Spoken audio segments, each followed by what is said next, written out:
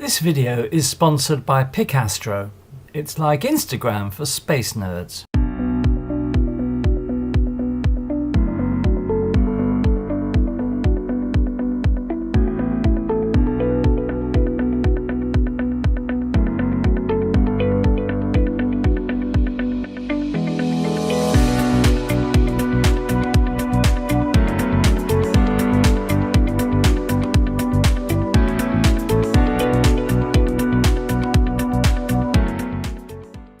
Oh, good evening. Welcome to Space Oddities. Thank you for being here on this Tuesday evening. Hope everyone had a fantastic week. As always, it's turned distinctly in Spain. We've had heavy rain. We had an incredible thunderstorm on Saturday with a wind that suddenly got up out of nowhere and ripped one of the brackets of our awning off the side of the house. I got that to repair. Great. It's just gone like autumn. It's down to about 21 degrees, which was a bit of a shock, as you can imagine. So anyway, enough of all that. We hope you're well. Thank you for being here.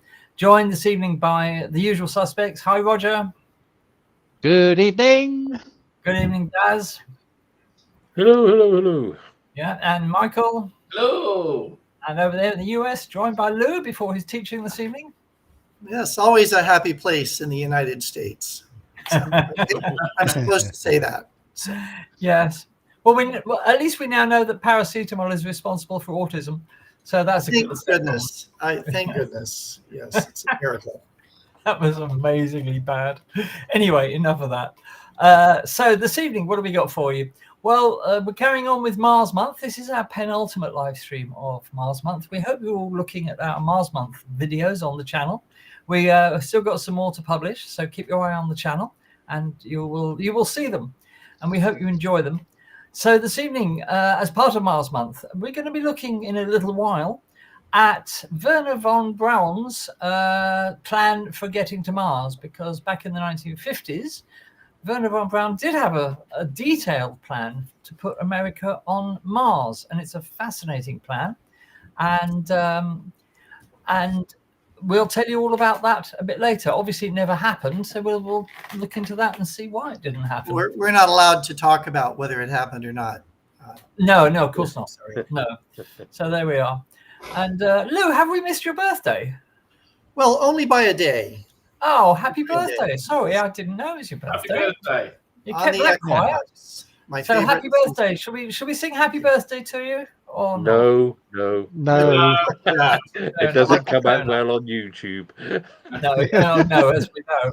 Oh gosh. YouTube will probably ban us. This reminds me, I was out at Jet Propulsion Lab for the first Venus transit in 2004.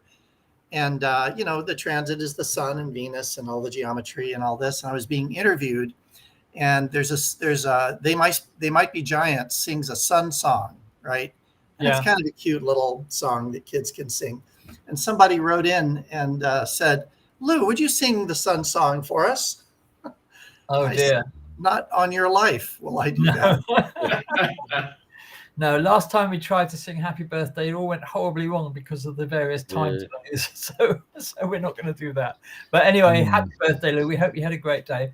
I loved your pictures of your hot air balloon trip as well. That looked smashing. Yes, it's about as high as I get these days. Whatever you want to interpret that. Yeah, anyway, viewers, usual housekeeping just before we start this evening. Thank you all for supporting us in the way that you do. If you would like to support Space Oddities, especially if you haven't been here before, and if not, you're most welcome, obviously. You can support Space Oddities in a frankly stunning variety of ways. First of all, you can buy us a coffee, and you can hang on, before we do that, Paul says your video series on Mars is interesting and well done. Thank you for sharing. Well, thank you, Paul, for that. That really encourages us to do more, basically. Very kind of you, sir. Thank you so much. Much appreciated. As I was saying, you can buy us a coffee because astronomers' lives matter. And you can scan this QR code, or you can click the link that's just appeared in the chat to go off and to the buy me a coffee page. There we are. Thank you, Roger, for that direction. And buy us a coffee. Alternatively, you can click the super chat icon, the one under the chat window with the $sign on it, if you would like to make a donation. directly to us. Also, of course, don't forget we have the Space Oddities merchandise available at the Space Oddities shop. T-shirts, which you probably won't be wearing now that we're hitting the vernal equinox. But lots of hoodies available there. Smashing, good quality, warm hoodies to keep you going through these horrible autumn nights. So, especially if you're out and it's clear, you'll want something warm to wear while you're observing, of course. So this is the ideal fashion accessory to go with your telescope. So there we are. We've got T-shirts and hoodies available at the Space Oddities shop. You can also join our Patreon. We do have a Patreon, very simple address. It's patreon.com/Space Oddities. Very, very easy. I don't think I even need to put that up on the screen. Patreon.com/Space Oddities. Join our Patreon community for just a few pounds every month. You get all the presentations that we give you on Tuesdays and lots of videos as well. All the Moon Month videos are there. We'll be putting all the Mars Month videos there as well for you to download, and lots of other stuff we've got coming up as well for you to download as a thank you for being a Patreon member. And also, if you do join our Patreon, then you get an additional present from us, which is 2 10x8 astro photographs taken by members of Space Oddities. And as you know, we have some very talented astrophotographers among us. I'm not one of them. I've never really indulged in astrophotography, but I know Roger and Daz and Tom and Lou do as well. And they are always excellent prints, and you get 2 of those free for joining our Patreon. So patreon.com/Space Oddities is the page to head for. And we'd love to welcome you to the Patreon community. There are all sorts of chats there where you can talk to us and talk to other Space Oddities viewers and generally have a good time. And, it's for the price of a couple of cups of coffee a month, you get all that. And we'd love to see you. So do consider becoming a Patreon member, because all of the money that you give us one way or another through Buy Me a Coffee or direct donations or Patreon or whatever it is, all of it goes towards keeping the channel running. And that's, I'm sure, what we all want to see. So there we are. And we can't do it without you, because we, like every other YouTube channel, we have bills to pay. And you can help us keep going, basically. And thank you very much for your support. So there won't be any news this evening, unfortunately. And I'll tell you why that is. He says, desperately trying to come up with an excuse off the cuff. Now, the reason for that is that 3 out of the 4 news stories I've seen this week have all been about black holes.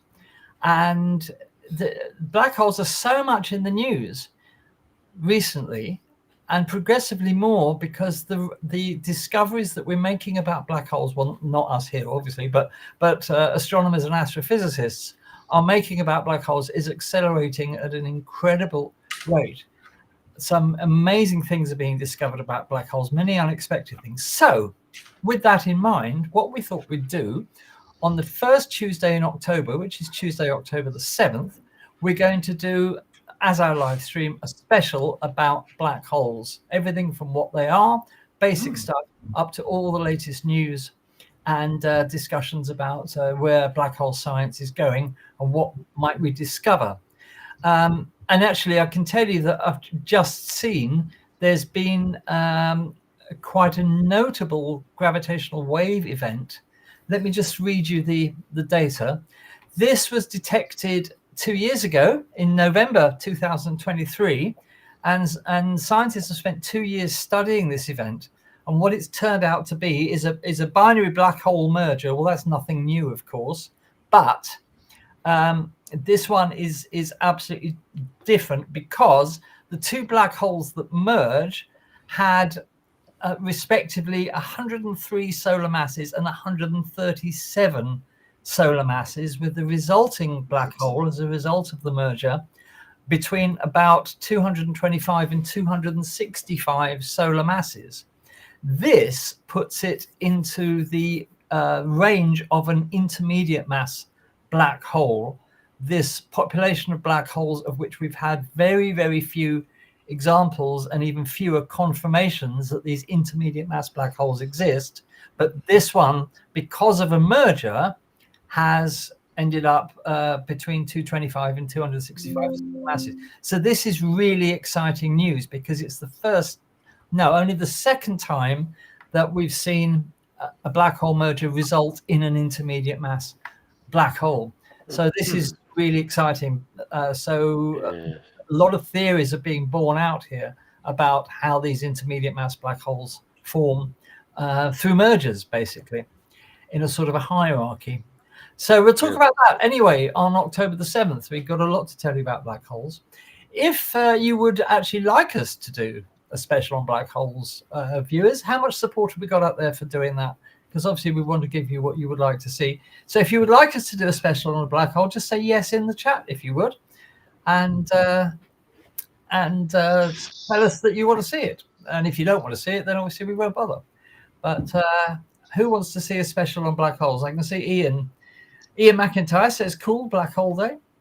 Anybody else want to see a black hole special? The only thing with black holes, I really don't see it. Right. Coat. Shoot me now. Yeah. I think you get, yes. Deep Burrito says, yep, black holes, please. Anybody else want to see black holes? Well, not literally, obviously, but would you like to do a special about black holes? Yeah, that's all we got. A few more yeses coming in. Yeah, a few more yeses. Right. Yes, please. Sandra, Paul. Let's put it this way: either a show on black holes or choosing the best tomato sauce. Pick one.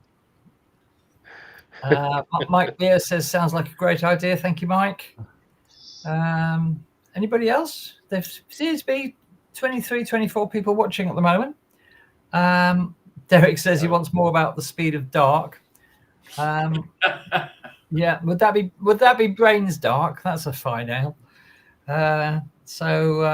Everything I'm seeing is yes. Yeah. Yes, please. Yeah, Pauline. Yeah, any more? Paul is laughing at us. I don't know what that means, but it might mean yes. Speed of night, Ian says. Yes.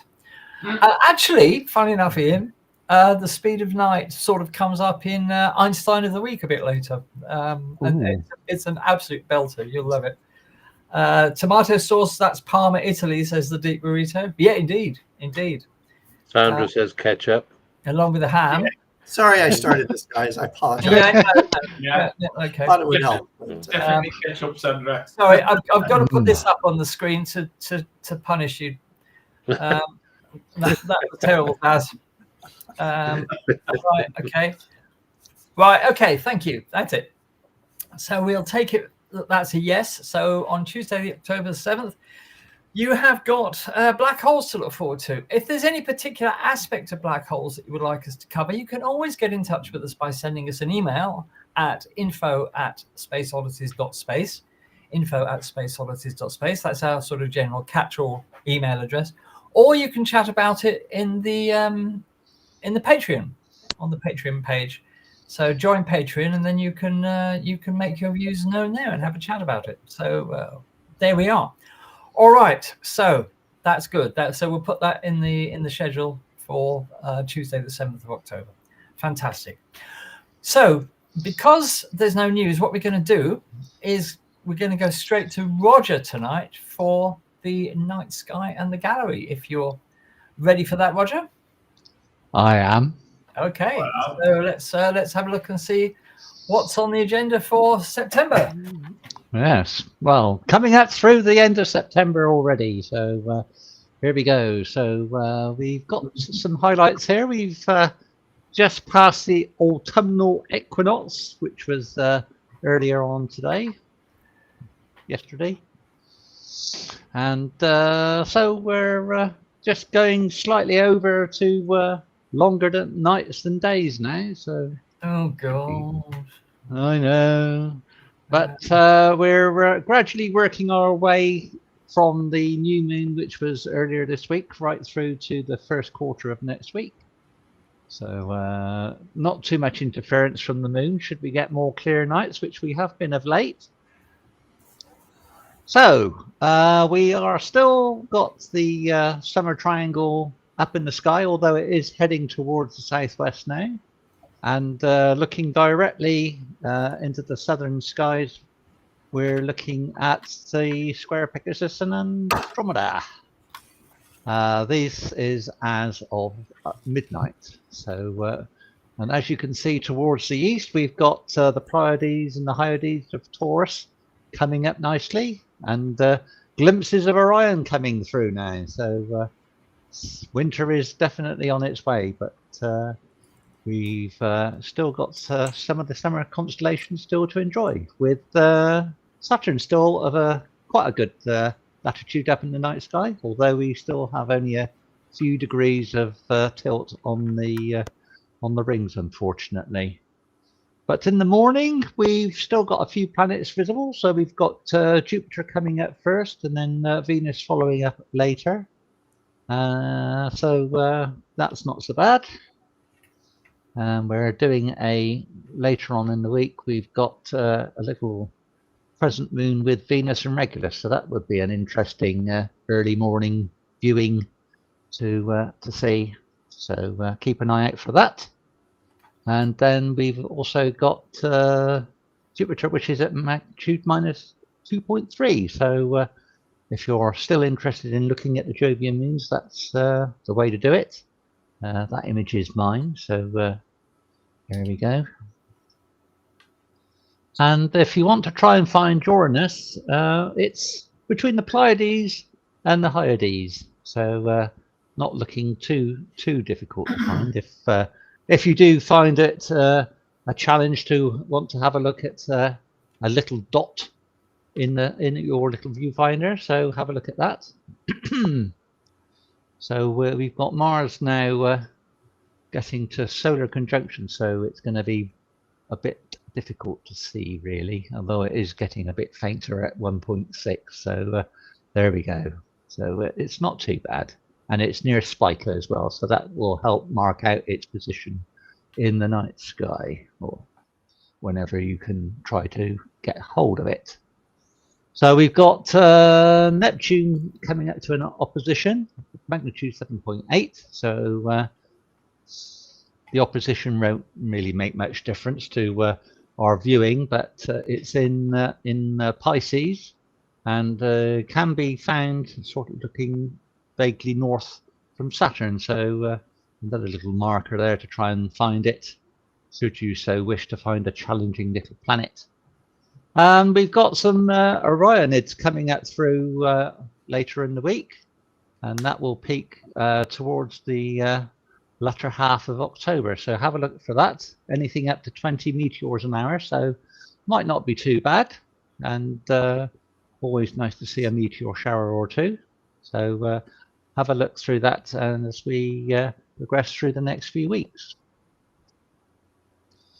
So as I said, yesterday was the vernal equinox, so we're basically roughly equal day and night, and then we will now be getting in towards the darker nights, especially at the end of October, where the clocks go back an hour, so we've got an even longer period of astrophotography, should you so be interested in that sort of thing. So that just gives you a basic mock-up of what we are doing. So it's basically at right angles to the sun and all that sort of stuff. But we have got we did have a little bit of a panic, but not really, with asteroid 2025 FA22, which was on the 18th of September, but it was twice the distance of the moon, so not quite a near-Earth object, but people do like to have a bit of drama, and it's not that size in the graphic there. If anything like that happened, I think we'd end up even smaller than the moon after that impact. So thank goodness it wasn't that size at all. Anything that big, Abby would have been shouting aliens. Yeah. Trump would have denied it, like everything else. Don't look up. Absolutely. So that's just a few highlights of what we've got from Saturn and the conjunction with the meteors. And then we'll go on to our little gallery. Not so many this week, but we do have some regular contributors. First one is two images we've got from Lou. One from his hot air balloon ride, Oh, with the sun just coming up and trails of mist down through the Oh, that's valleys there. that's lovely. beautiful. That's the fires in Mordor. Yeah, well, that's where we drifted. We drifted quite a ways. That looks like the dead marshes. You mean? Yeah, we must get out more. Yes, absolutely. So That's well done, lovely, Lou, that is, mate. That's for getting lovely. that. 1,500 feet altitude from the up in the balloon there to get that. And then he shot a picture of the moon and Venus at 6:30 in the morning on the 19th. Oh, and there's some And earthshine. And you got some earthshine in the picture as well. Well done, Lou. Yeah, that's nice. Lovely. Well done. That's lovely. And I believe just down below, at about 5 o'clock position from the Venus, is that Regulus? There is a little star there. Oh, I can see it. Yeah. Yeah, I think there that was is. Regulus. Yes. Yeah. I think I've got it there. Yes. Just see it. Yeah. Yeah. Roger, do you know if anywhere on Earth, because of parallax, that was an actual occultation? I don't know. Yes. There was, because I recorded it, but I haven't finished processing Oh. all the pictures. Ooh, can't wait. Yes. Yeah. Next week. Spoiler alert. Right. Okay, so we've got a couple from Jerry as well. So this first one is the Crescent Nebula, and that was 35-minute exposures. And this is what he's managed to produce. Lovely. Some quite interesting details there of that. Whoa, Yeah. Very good. nice. nice one. Yes. Lovely. Well done, Jerry. Well done. Great one there. Yep. And then he decided to buy a C-Star S30. So he's been using it on the Pelican Nebula. So this is two hours of 1 minute exposures in EQ mode. Oh, excellent. Oh, that's all gorgeous. Oh, And welcome Wow. to the Sea Star Club. Oh, wow. That's amazing. Wow. Well done. 2 hours. Wow. That's gorgeous. Beautiful. Mm. Not bad Yep. for S30. My God. No, and I managed to do an HA picture of the sun on the 19th, and this was a multi-panel mosaic, so I can only get a little bit in at a time. So I decided to do that because of all the activity all around the limbs there. Yeah, so, it's lovely, isn't it? So it had to be done. It's an inverted image, so you've got spots. This are the black spots on there. But, That's lovely. Yeah, some quite interesting Nice. details there. Nice detail. Yeah. And Beautiful. then I was out last night at Stonehenge, oh, were you? and there was about 20 other photographers there, all lined up. So we were having great fun. Oh, And nice. this is Oh, wow. Wow. That's a lovely one. that's just from one 20-second exposure. Wow.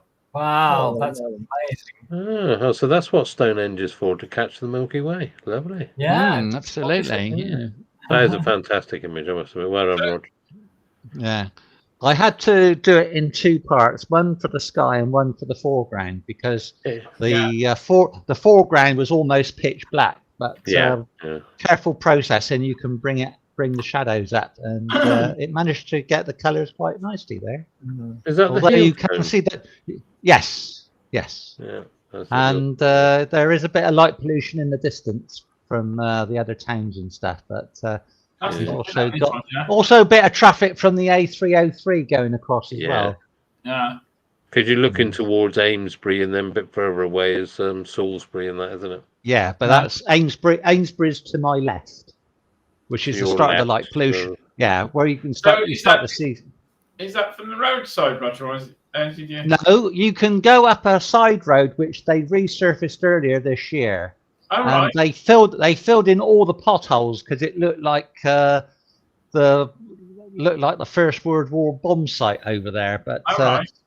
because it was the autumn solstice this morning, there were hundreds of campers all parked up with their tents and Christmas lights and picnickings and singings going on, ready for this morning's sunrise for the solstice. So it was, yeah, but it was good. It was all, they were all very well behaved. That's all right then.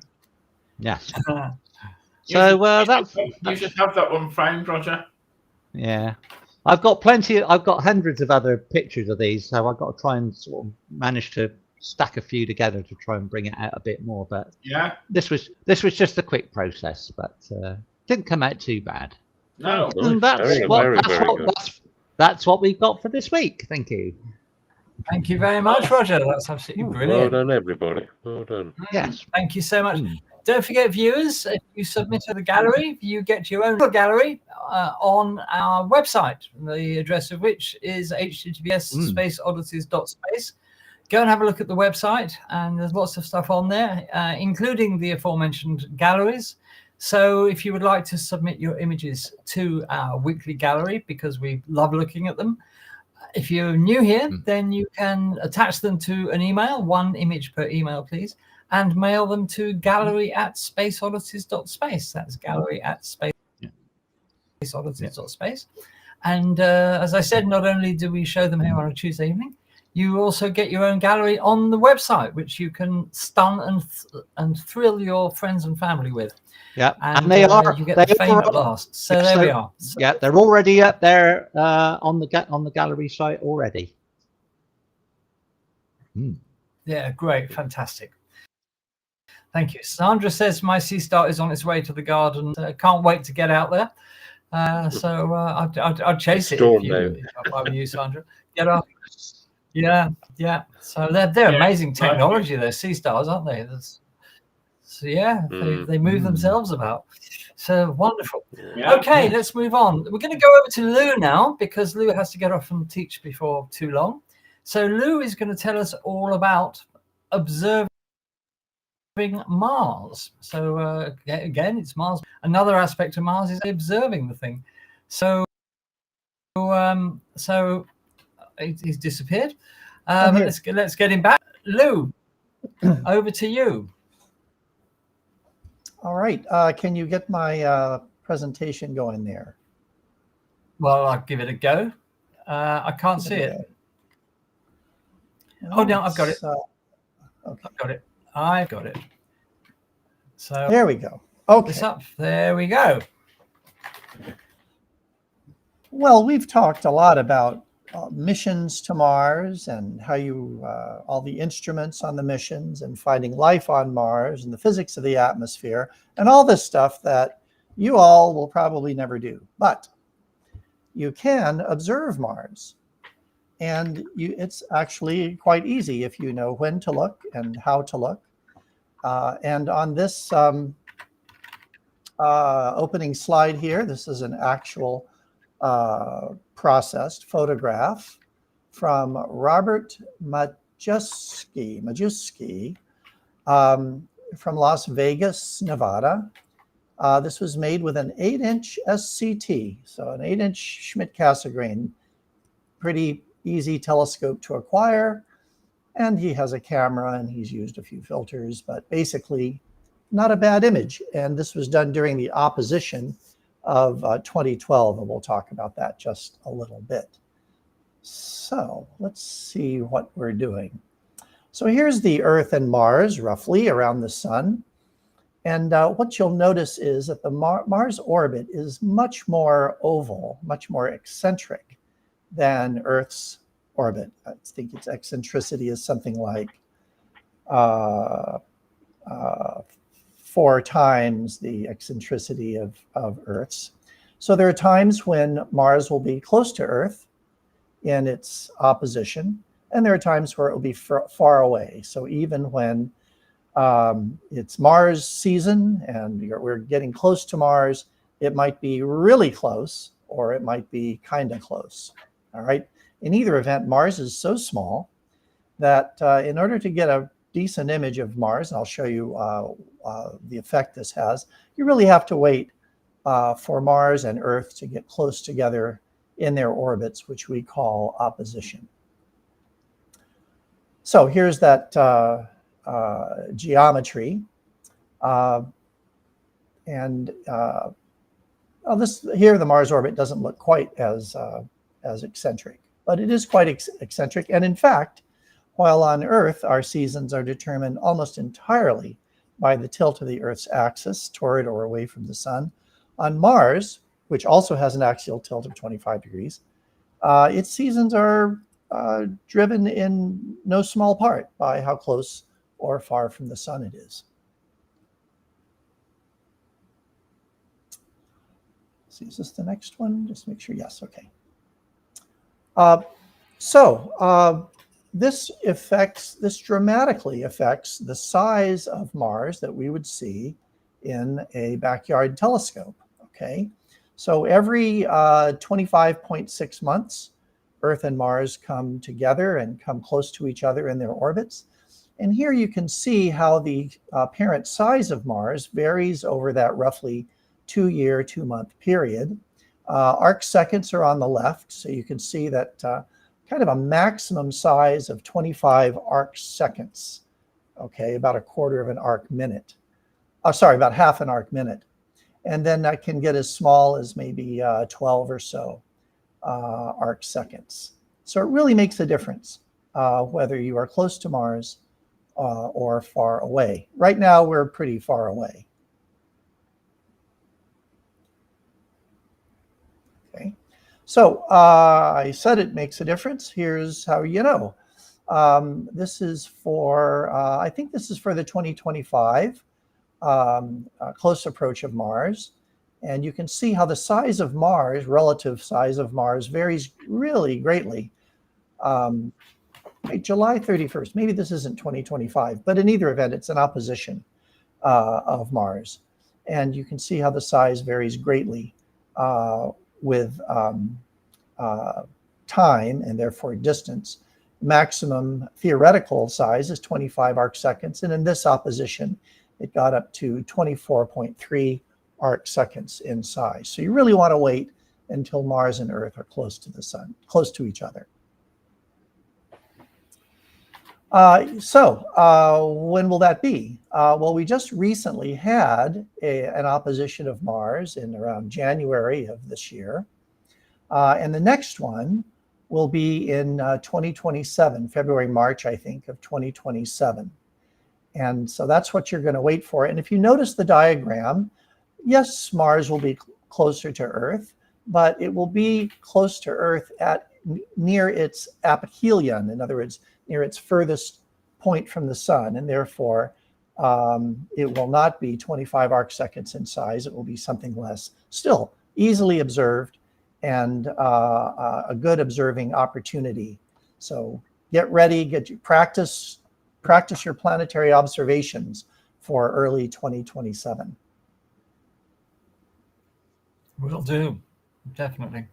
And when you do that and start either observing Mars through the eyepiece or taking pictures, you'll see Mars has a lot to offer. It has polar caps. One or the other may be tilted towards you. It has water ice clouds, so you can see in the image here. It has dust storms. In this case, these are localized dust storms. Although, as I'll show you in a minute, there can be global dust storms, and these tend to occur during perihelion, during Mars' closest point to the sun in its orbit. And that is because the sun's rays are stronger, they heat the ground more intensely, the air rises and causes lots of convection and lots of instability in the atmosphere. So that's a real drag if you want to see surface features on Mars, but it does happen.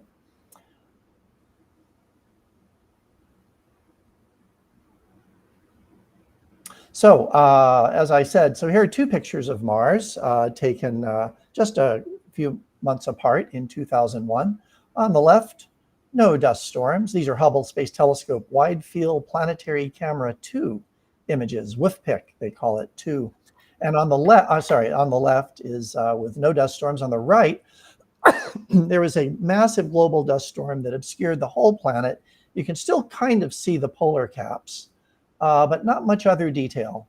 And so this is a problem when observing Mars, or can be.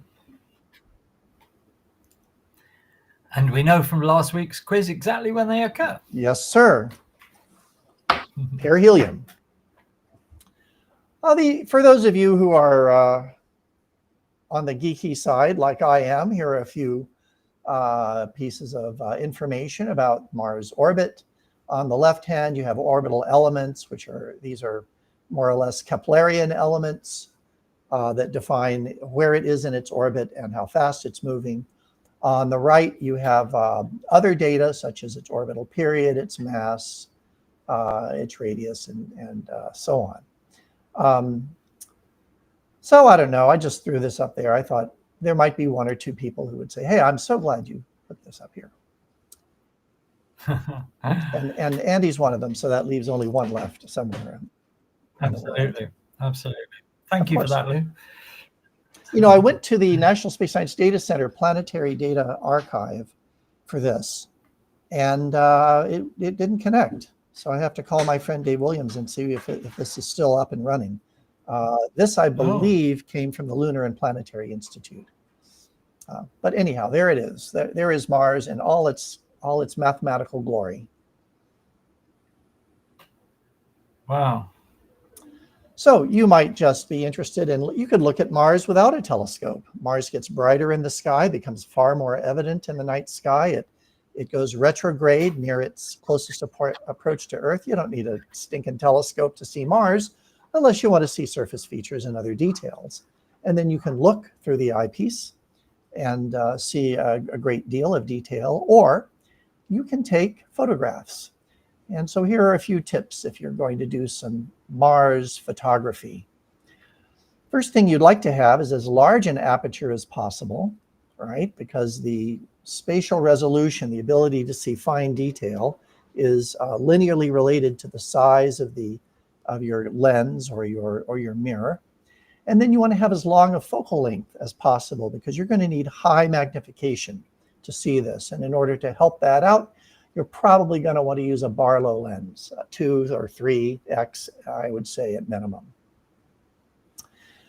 You want to take video. This is what the planetary scientists do, as Roger would tell you.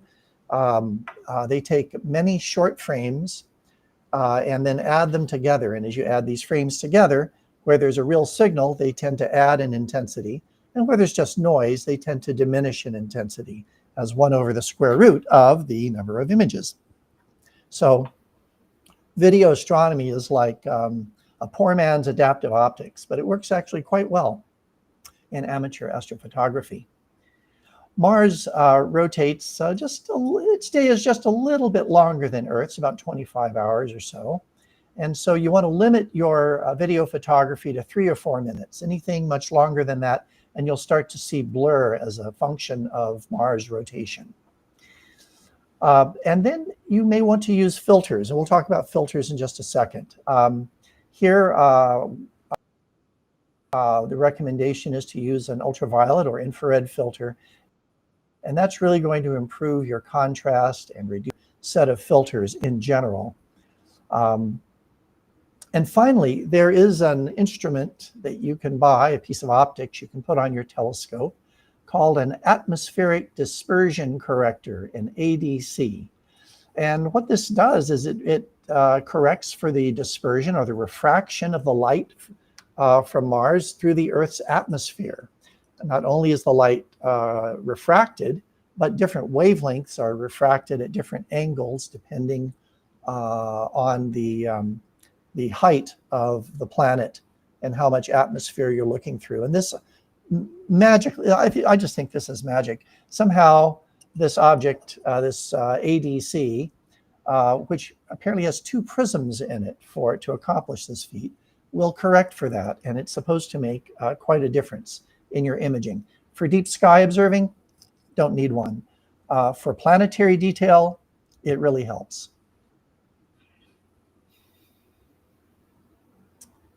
Okay, So I mentioned filters.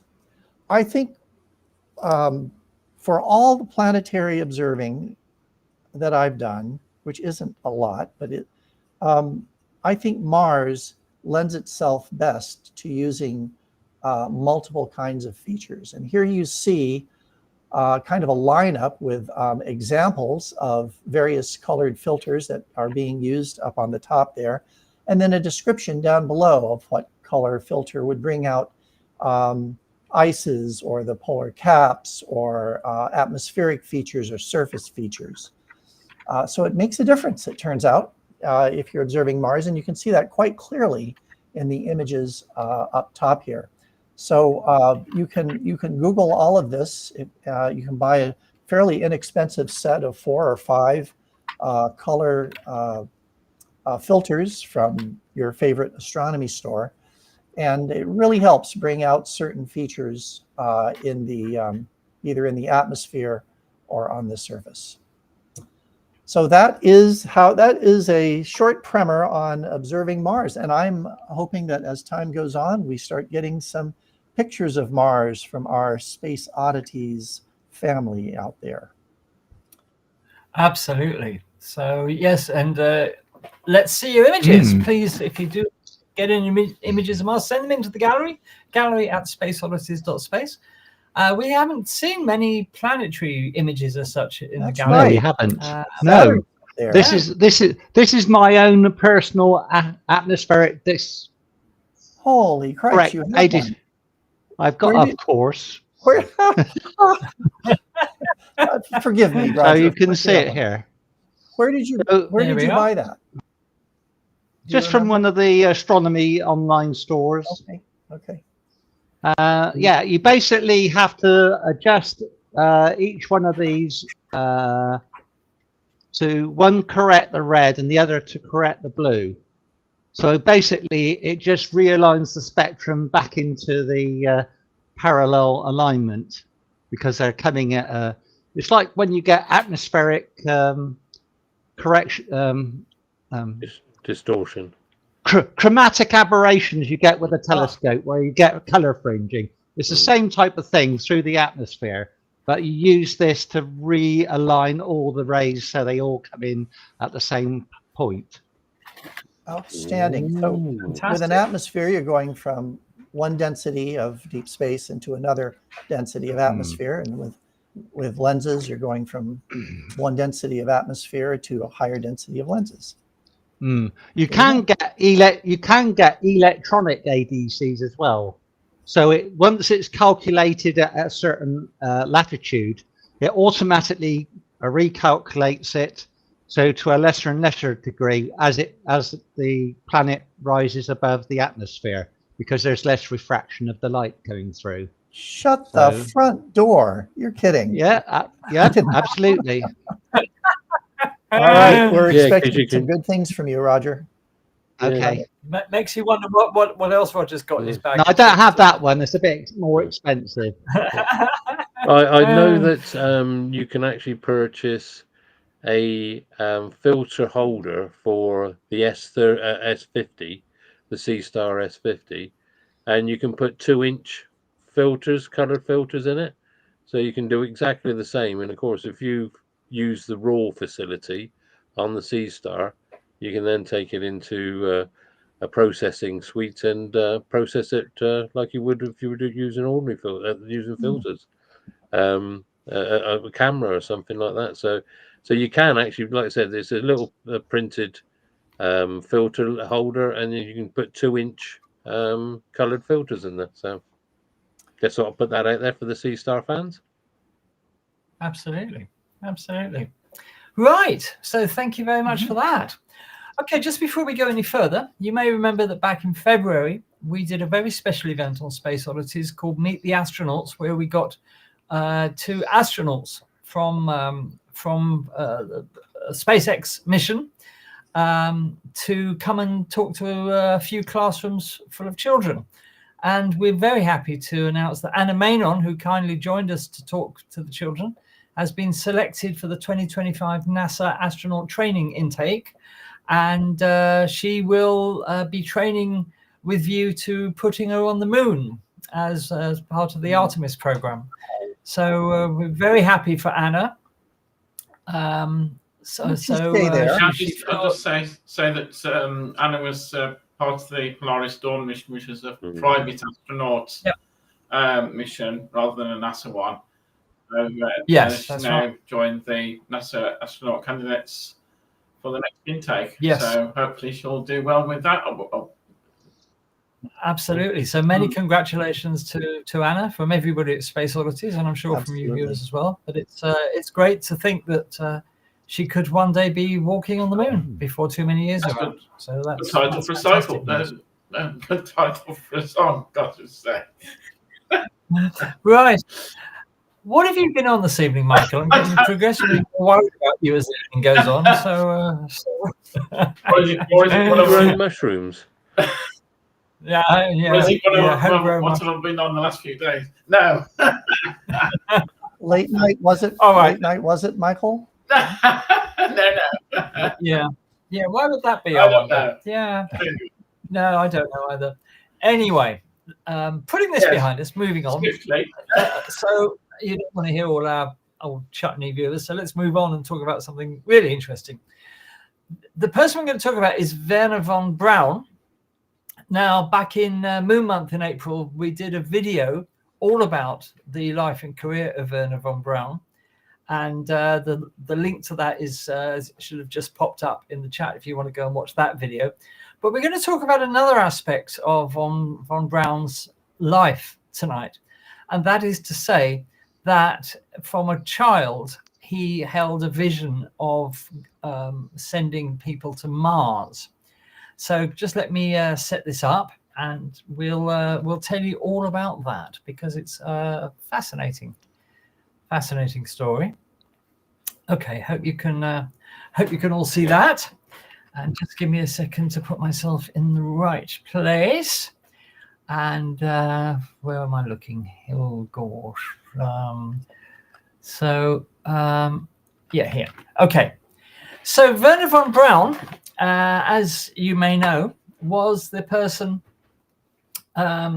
who designed and built, obviously with engineers, NASA's Saturn V rocket. In fact, all the Saturns, which put people on the moon. He was a pioneering rocket scientist who actually paved the way and carried out that enormous achievement of building the Saturn V to put people on the moon.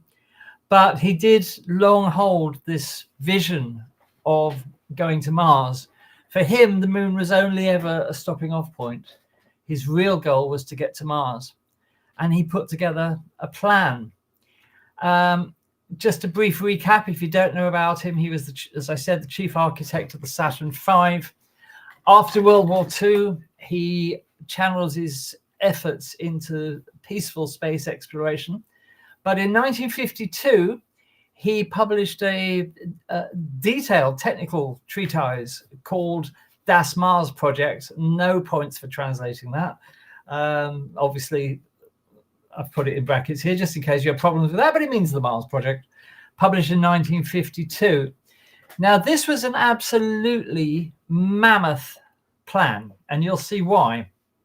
So firstly, he visualized not one spacecraft leaving for Mars, but 10, each weighing 4,000 tons, 7 spacecraft for passengers and 3 for cargo, which would transport a total of 70 scientists and engineers to the Red Planet for the first landing. This would require 950 heavy lift rocket launches to assemble the fleet in Earth orbit. This was obviously an unprecedented logistical challenge.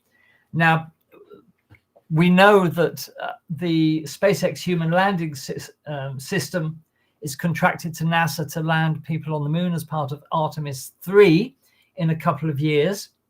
And it will need refueling in Earth orbit, but that might only be 10 or 12 refueling flights to refuel the HLS, the so-called lunar starship, before it sets off for the moon. Imagine 950 heavy lift rocket launches to put that fleet together. And he said this could be done by 1965. Then when they started to realize, or he started to realize, that it was a huge undertaking for which there was no precedent, that date revised later to 1981. And this really did dwarf anything that had ever been attempted by humans before. But it was the ambition of the project which was absolutely stunning. There was no technical reason why it couldn't have been done given enough resources and money. So this was von Braun basically saying, I've got this wonderful plan, and why don't we do it? So there's an artist's conception of the fleet being constructed in Earth orbit there, dating from the 1950s.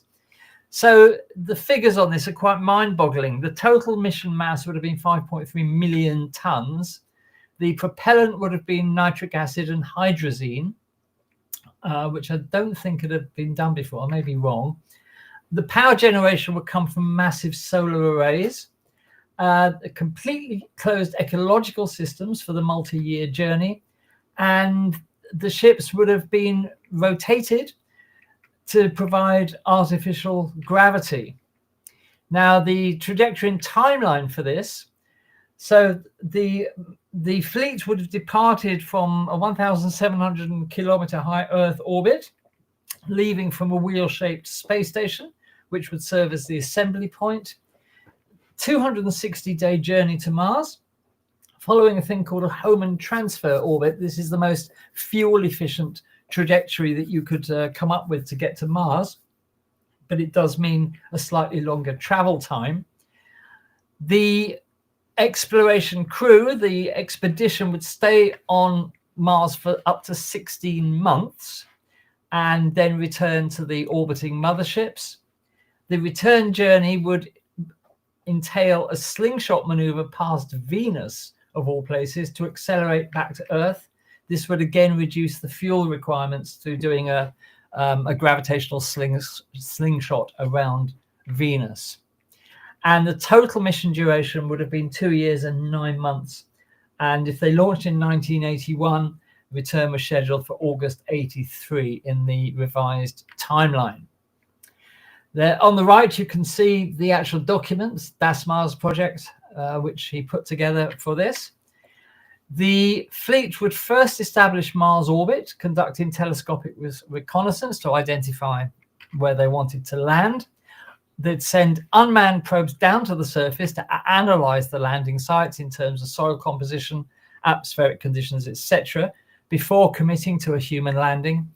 And the landing craft would be 3 massive winged vehicles, which why were they using massive winged vehicles? Well, because Mars' atmosphere is so thin, as we have said repeatedly during Mars Month, you need something to deaccelerate effectively through the atmosphere. And von Braun's solution was to come up with winged landers, these massive landers with huge wings.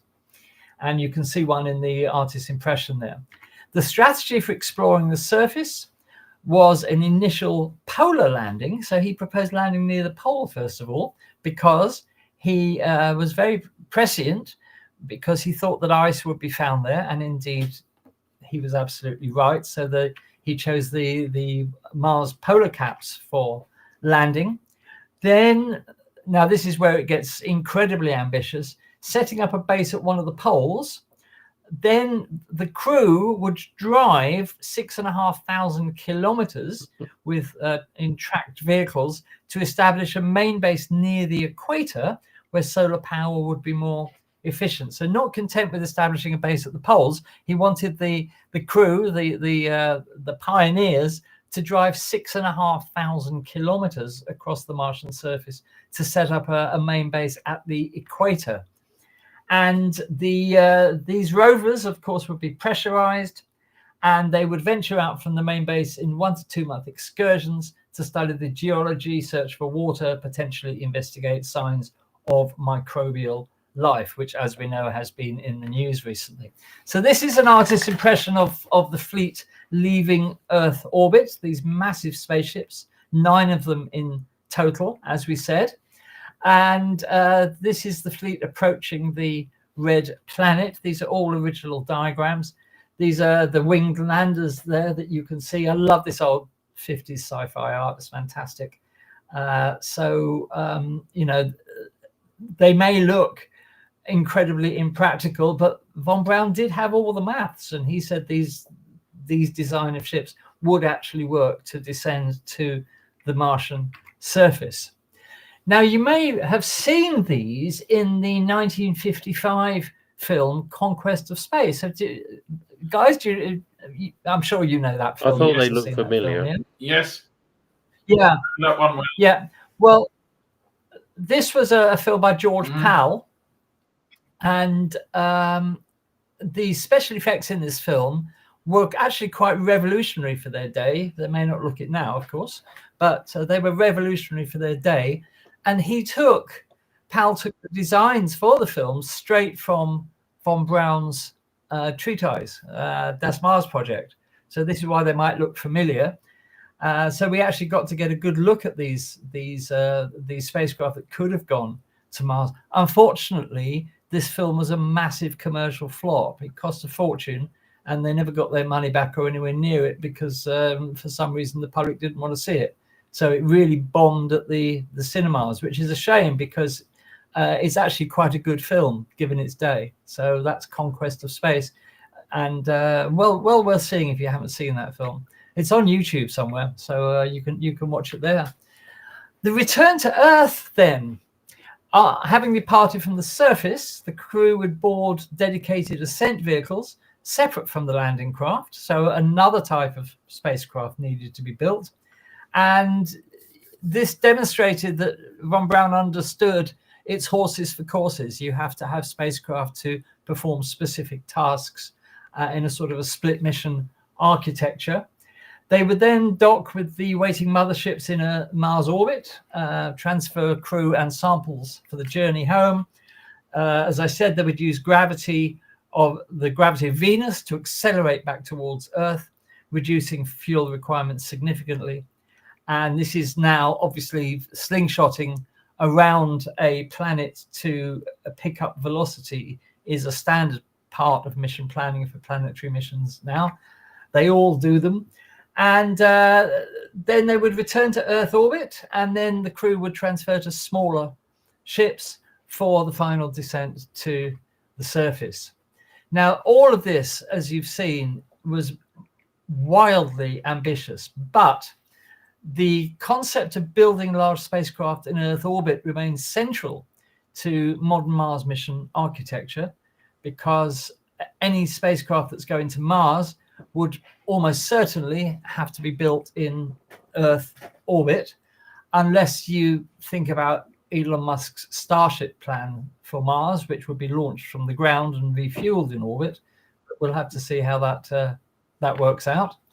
A multi-ship flotilla using multiple specialized vessels rather than one single all-purpose craft, which was quite an advanced concept for the time.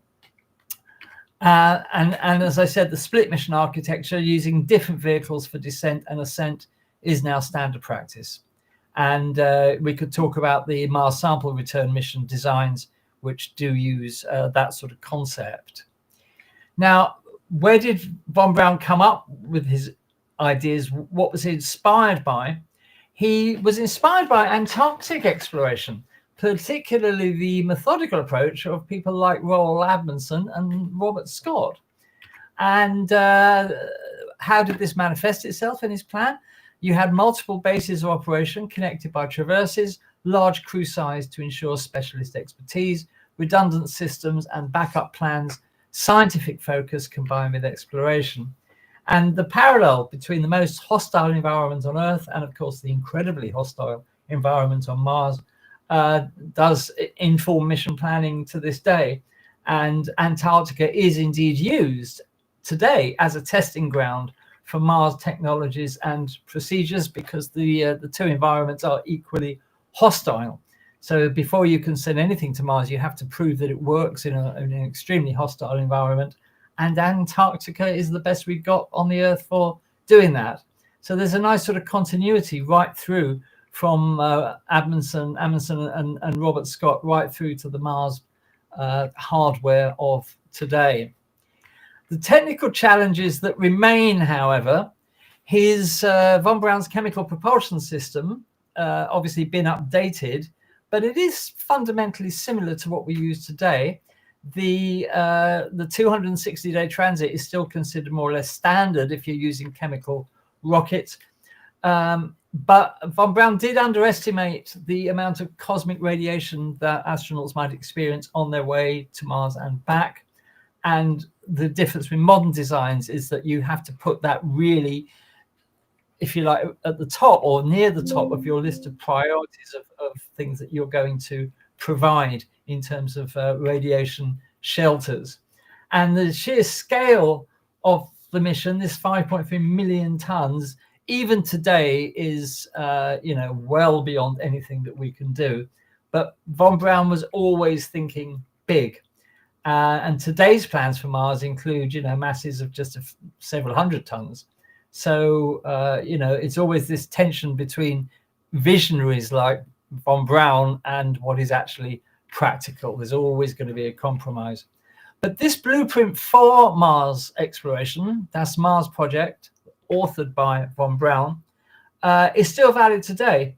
And space historian Dr. David Portree said Von Braun's scenario is still valid today. The fundamental challenges he identified, assembly in orbit, long duration life supports, landing large masses on Mars, remain the central problems of Mars mission design. So there you have it. So that is Von Braun's plan for Mars that obviously never came off because it was just too ambitious and was well beyond the technology of not just the 1950s when he put it forward, but even today, such an undertaking will be well beyond what we can construct. But as a blueprint for how Mars missions might work in the future, it was an absolutely stunning plan. And Derek says we are still using technology from ancient China 5. Indeed, Derek, absolutely. So there we are. So, any thoughts, team? What do you think about that idea? I have one. Yeah. We mentioned that Elon Musk is planning to just shoot a big rocket to Mars directly. And so with each new administration in the United States, the idea of how we're going to get to the moon, how we're going to get to the Mars changes a little. And back, I want to say either Clinton or Bush, and I don't remember, the approach that NASA had was called Mars Direct. And yes, that's I remember that. So in Mars Direct, wasn't that under Daniel Goldin? Well, it may have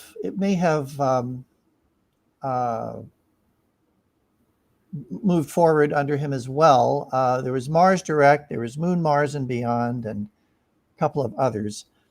But in Mars Direct, you have two rockets. The first one has all kinds of materials in it that and other resources you need for Mars. So you shoot that off, it lands on Mars. It has things it brought with it. It starts mining the atmosphere and mining the soil for oxygen and rocket fuel and so on. And then after a while, you send people. So that works.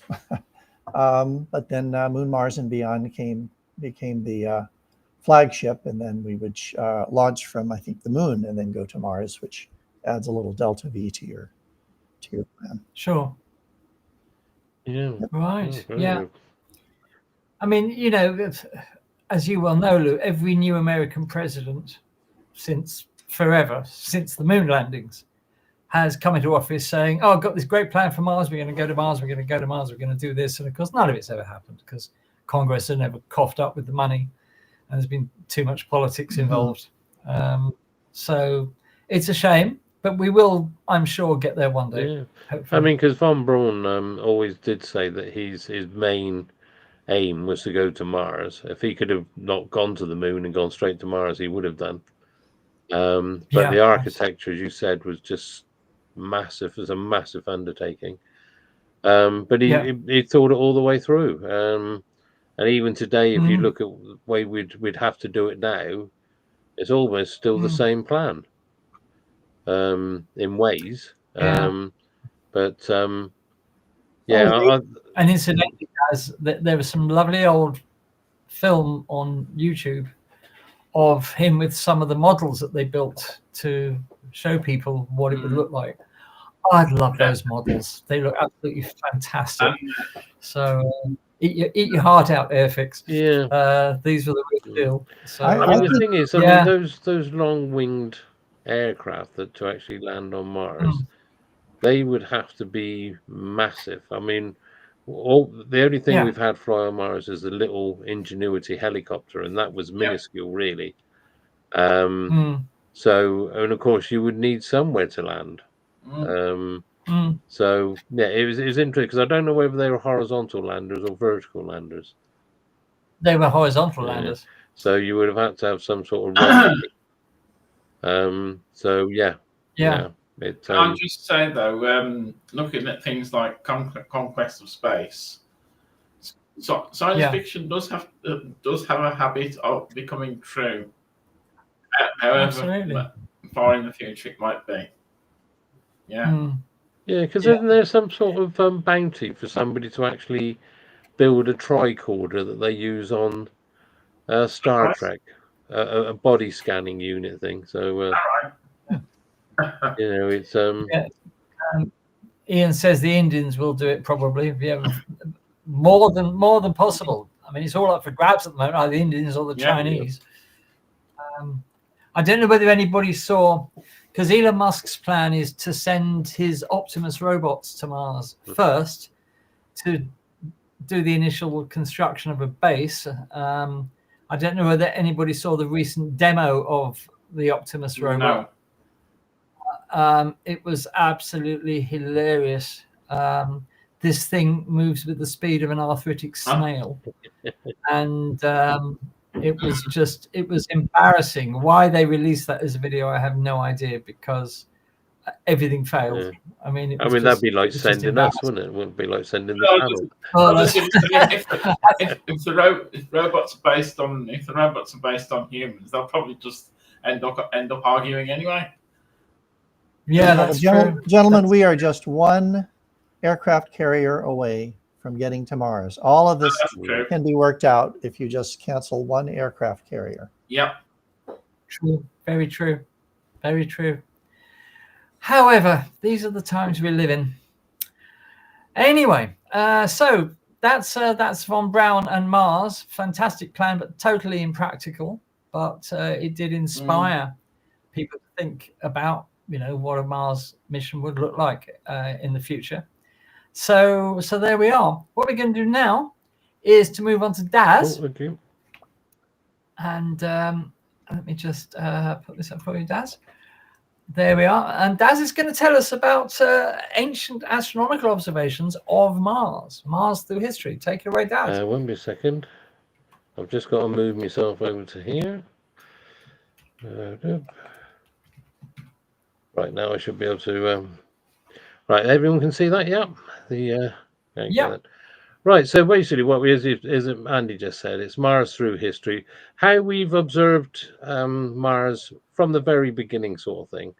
So a journey through the millennia of... sorry, I've got a thing in the way. Let me just move this. Of human fascination with the red planet from ancient civilizations to the dawn of modern astronomy. So buckle up, it's going to be a quick ride. So here we go. So the wandering red star, ancient mysteries. Unlike fixed stars, of course, Mars moves and displays puzzling behavior that captivated early observers. Its distinctive red color and erratic movement across the sky made it stand out amongst the celestial bodies. Ancient astronomers noticed Mars would sometimes appear to move backwards, a phenomenon we now call retrograde motion, creating loops in the celestial path, So Babylonians, systematic records. Babylonian astronomers, excuse me, I got the wrong teeth in. Babylonian astronomers meticulously tracked Mars from 1000 BCE, creating detailed emperors tables and predicted its position with remarkable accuracy. And mathematical models, they developed sophisticated mathematical models to predict Mars's complex orbit patterns, laying groundwork for future astronomical calculations. The Egyptians were also fascinated with Mars, and they called it Her Dashur. I'm probably killing that, or basically the red one. Egyptian astronomical text from the New Kingdom period shows detailed observations of Mars's synodic period in the time between successive oppositions. Ancient Egyptians called Mars Har Dashur, meaning the red one. They associated the planet with their god of war and chaos, recognizing its blood red appearance as an omen. So with the successive operations, they were also tracked Mars's 26-month cycle, correlated positions with seasonal events, and used observations for calendar calculations. Greek philosophical insights. Aristotle, you can see the dates there, proposed that Mars, like other planets, moved in perfect circles around the Earth. His geocentric model dominated Western thought for over a millennium. Apollonius introduced the concept of epicycles to explain Mars's retrograde motion circles, moving along larger circles. And Hipparchus made precise measurements of Mars's position, discovering the precession of equinoxes through careful observations. The god of war. Civilizations worldwide saw Mars' red color as symbolic of blood and warfare, leading to remarkably similar mythological associations across cultures. Cultural names of Mars. The Romans, that named after the god of war, Mars, was considered the father of Romulus and Remus, founders of Rome. The planet's martial associations influenced Roman military campaigns. The Greeks called it Ares after their god of courage and war. Greek astronomers like Ptolemy refined observations, created models that lasted for centuries. The Chinese, sparkling deluder, fire star, reflected Mars's unpredictable movement and red appearance. Chinese astronomers tracked it for over 2,000 years. Sanskrit, Mangala, named after the god of war, Hindu astronomers incorporated Mars into complex astrological systems, predicting its influence on earthly events. Ptolemy's lasting model, the Almagest legacy. Claudius Ptolemy's geocentric model, detailed in his work, the Almagest, around 100 CE, explained Mars's complex motion through intricate combinations of circular orbits. I think that's supposed to be 150 BCE, I'm not sure. His system of epicycles and indifference accurately predicted Mars's opposition for over 1,400 years, demonstrating the power of mathematical astronomy. Islamic Golden Age advances.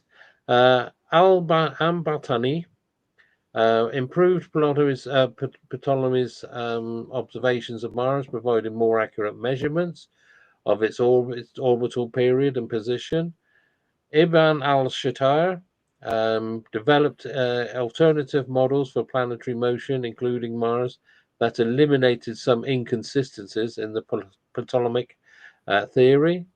Ulugh Beg his Samarkand observatory produced the most accurate pre-telescope observations of Mars and their planets.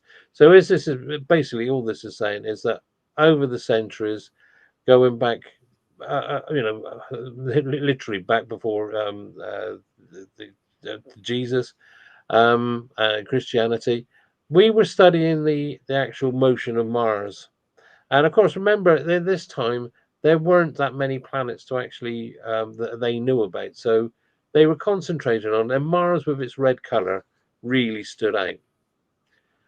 Medieval European observations.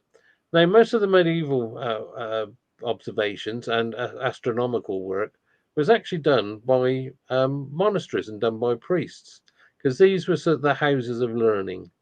So medieval monasteries preserved and copied ancient astronomical texts, maintaining continuous observation records of Mars through the Dark Ages. University studies. Medieval universities like Oxford and Paris developed new mathematical tools for predicting Mars's position, advancing beyond classical methods. The Copernican revolution. The heliocentric model fundamentally changed how astronomers understood Mars' behavior. Copernicus and Mars, revolutionary insight. Nicholas Copernicus' heliocentric model, published in 1543, finally explained Mars's retrograde motion naturally. When Earth overtakes Mars in its orbit, the red planet appears to move backwards against the stellar background.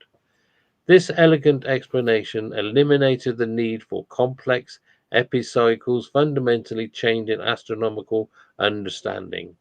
He said, Mars's apparent loops are simply Earth's perspective as we pass the slower moving outer planet. So Tycho Brahe, now Kepler actually worked with Tycho Brahe, but Tycho Brahe for 20 years of observations.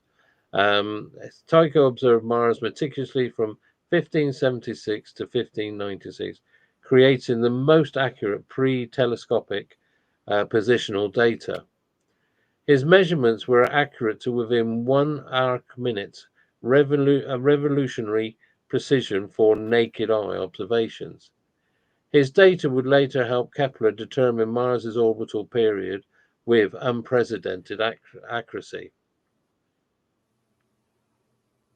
Johannes Kepler spent 8 years analyzing Tycho's Mars observations, struggling to fit the data into circular orbits. His breakthrough came when he realized Mars follows an elliptical orbit, revolutionizing astronomy and leading to his 3 laws of planetary motion. Planets orbit in ellipses, not circles.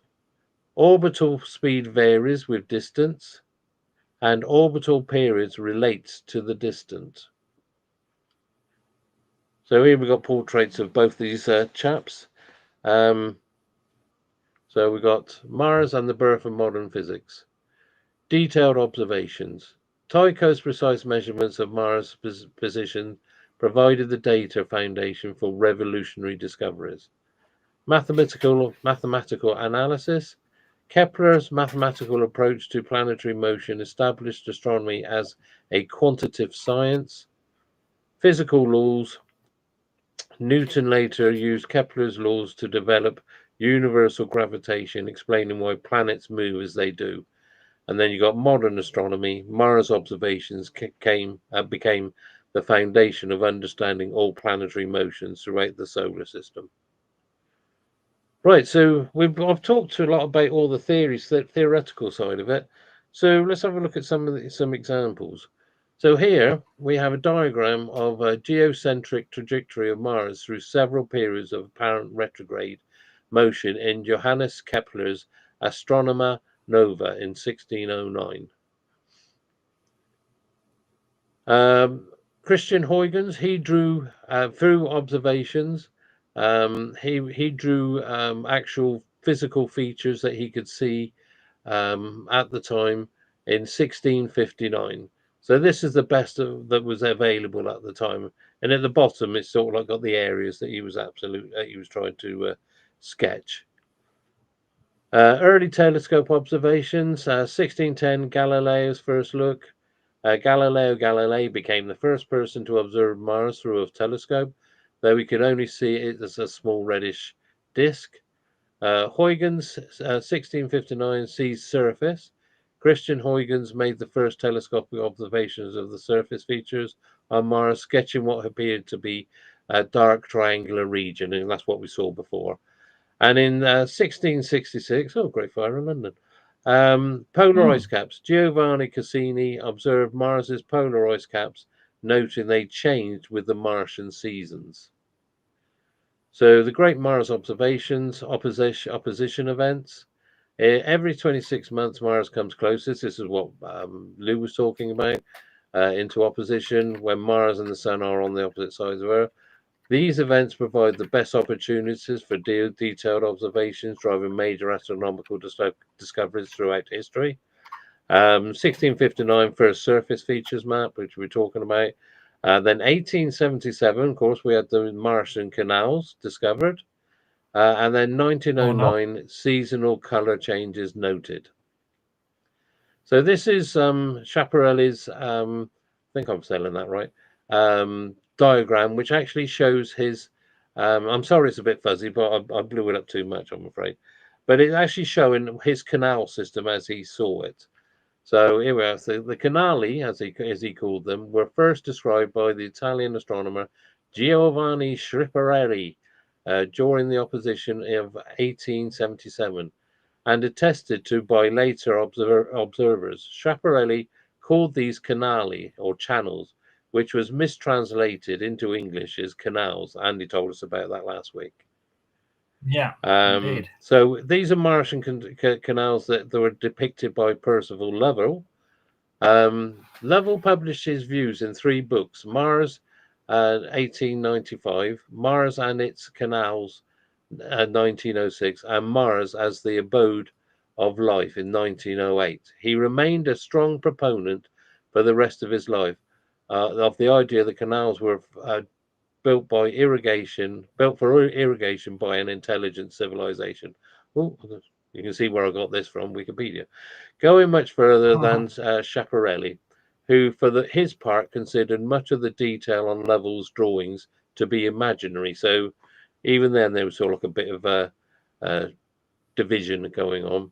Now, all the way up to 1962, this is a map of Mars published by the US Aeronautical Chart and Information Center, showing canals shaking through Martian landscape at the time. The existence of these canals was still highly controversial, as no close-up pictures of Mars had been taken until Mariner 4's flyby in 1965. Can I just thank Sandra for her donation? Thank you very much. And this is the Mariner 4 image. That was Mars surface image by Mariner 4 probe in 1965, and which completely shattered everybody's thoughts that there could be vegetation and civilization, either past or living existing civilization existed. All it just shows is a cratered surface, quite desolate looking. So here we have some more images. These are the same ones that Lou showed us. Of course, we've got the Martian clouds are visible near the polar regions.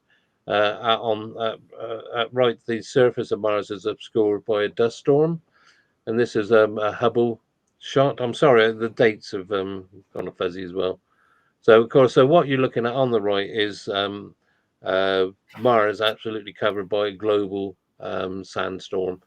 And some of these you can actually just see the features slightly through this, but there have been occasions when it's been absolutely, featureless. You haven't seen anything. So here are some more images taken from space, showing the caps. And this was Mars during the 1999 opposition as seen by space telescopes. And as you can see, different angles show you the different the polar caps as they move around. Mars at its 2018 opposition, with its atmosphere clouded by a global dust storm that snuffed out the solar-powered Opportunity rover. That was so sad when Opportunity died. Yeah, because I can remember they were trying for ages to try and regain contact with it, and they asked people to send messages to Oppie to wake up and things like that. But also in this image, you can see its two moons, Phobos and Deimos. So ancient wisdom and modern understanding. Babylonian legacy. Mathematical prediction methods developed 3,000 years ago still influence modern orbital calculations. Greek philosophy. Questions about planetary motion drove the development of scientific methodology and mathematical astronomy. Renaissance breakthrough. Mars observations proved the heliocentric model and established the laws governing planetary motion. Islamic precision. Medieval Islamic astronomers improved observational techniques that enabled the scientific revolution. Mars catalyst for discovery. Scientific method. Mars observations drove the development of systematic observation, mathematical modeling, and hypothesis testing that define modern science. Technical innovation. The challenge of observing Mars pushed improvements in telescopes, mathematical instruments, and precision measurement techniques. International collaboration. Mars studies fostered knowledge sharing between civilizations, from Babylonian tablets to Islamic observatories to European universities. The red planet's enduring mystery. From ancient Babylonian cuneiform tablets to Renaissance telescopes, Mars has captivated humanity for millennia. Each civilization's observation built upon previous knowledge, creating an unbroken chain of discovery. Today, as rovers explore Martian soil, we continue the ancient tradition of seeking to understand our mysterious red neighbor, a testament to humanity's enduring curiosity about the cosmos. And that's it for the end. So fantastic. There you go. Fantastic. Yes. So you know, the whole history of studying Mars, I mean, you can just, you know, it just demonstrates how far we've come in just the last several decades. That for, you know, throughout history, the accumulation of knowledge about Mars has been very, very slow, and now look where we are. And it's you know, like everything else with technology, it's the technology that's done it for us. So well, there like we I are. said, Lou was saying, if we look at it through different wavelengths, we see different things. So we're even looking at infrared and things like space telescopes. So the fascination with Mars will continue until we actually get there. Yeah, absolutely. Okay, well, thank you very much, Daz. Great stuff. Now let's move on. We're going to go over now to our regular feature, Constellation of the Week, and this time the short straw has been drawn by Michael. Michael, what have we got in terms of constellation? We have of the week a small constellation called Vulpecula. Just bear with me a second.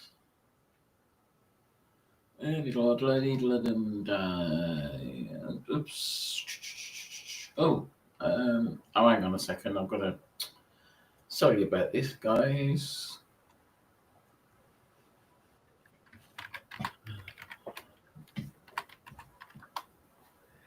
Maybe that.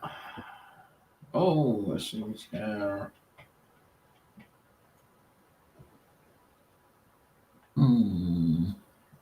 There we go. Here we go. You got that? Okay. Yep.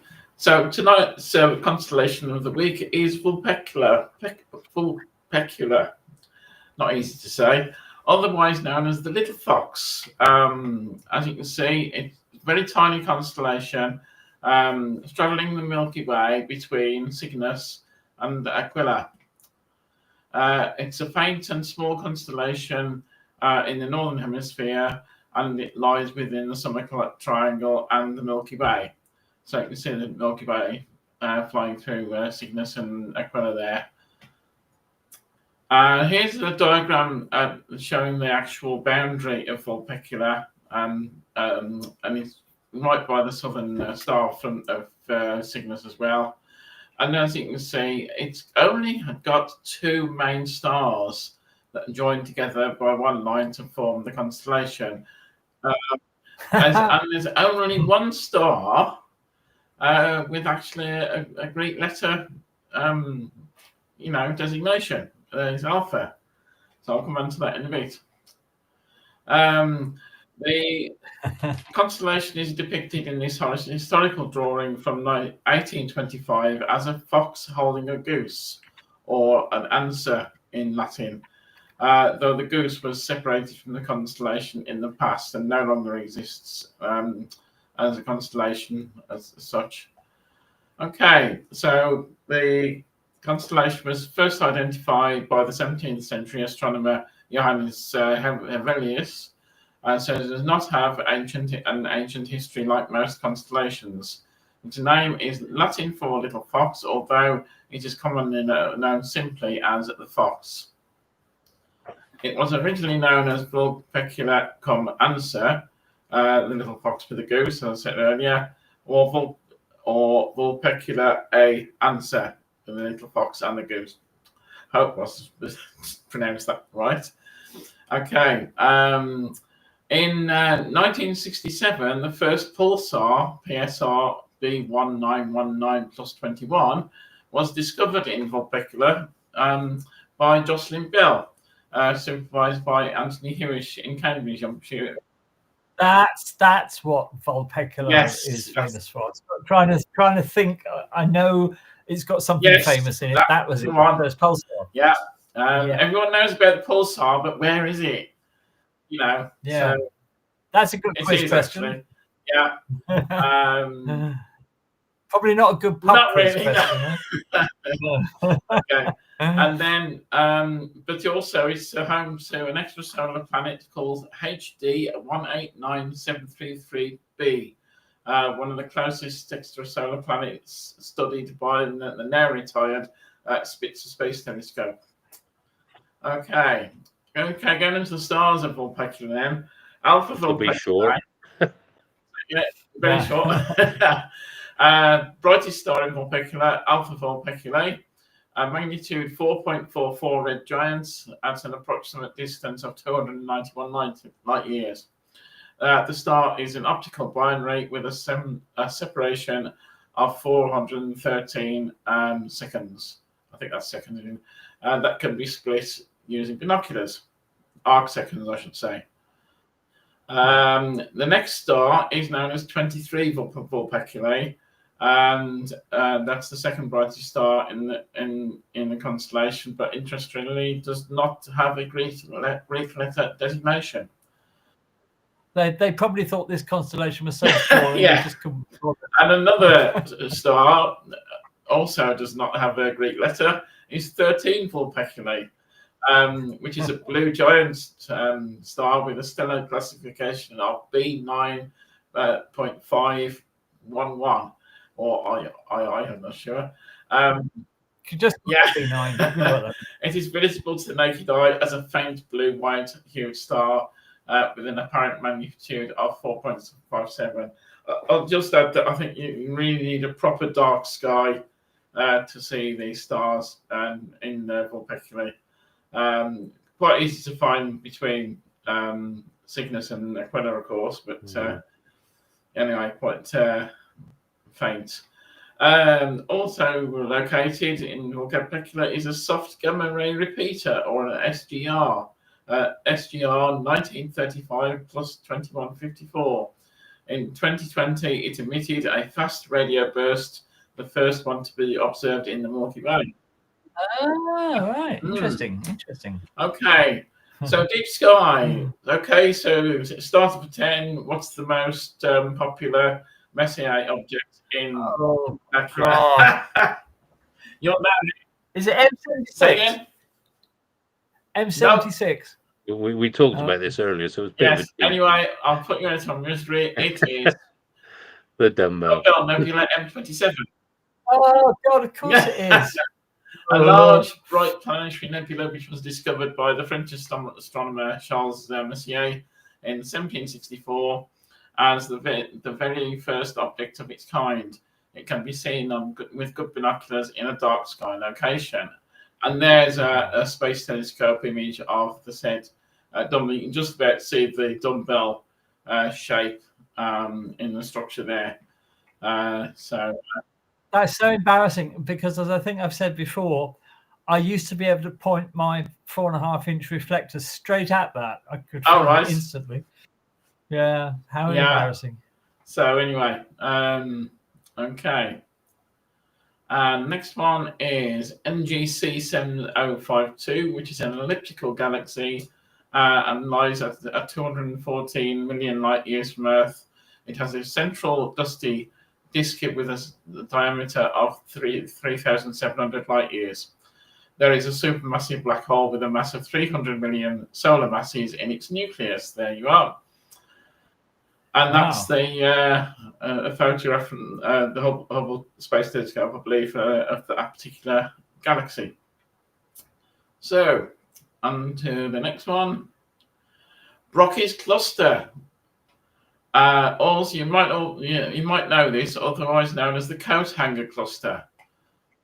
Yes, I've heard of that. Or Colander 399. Nothing to do with cooking, I don't think. It is a prominent asterism of 10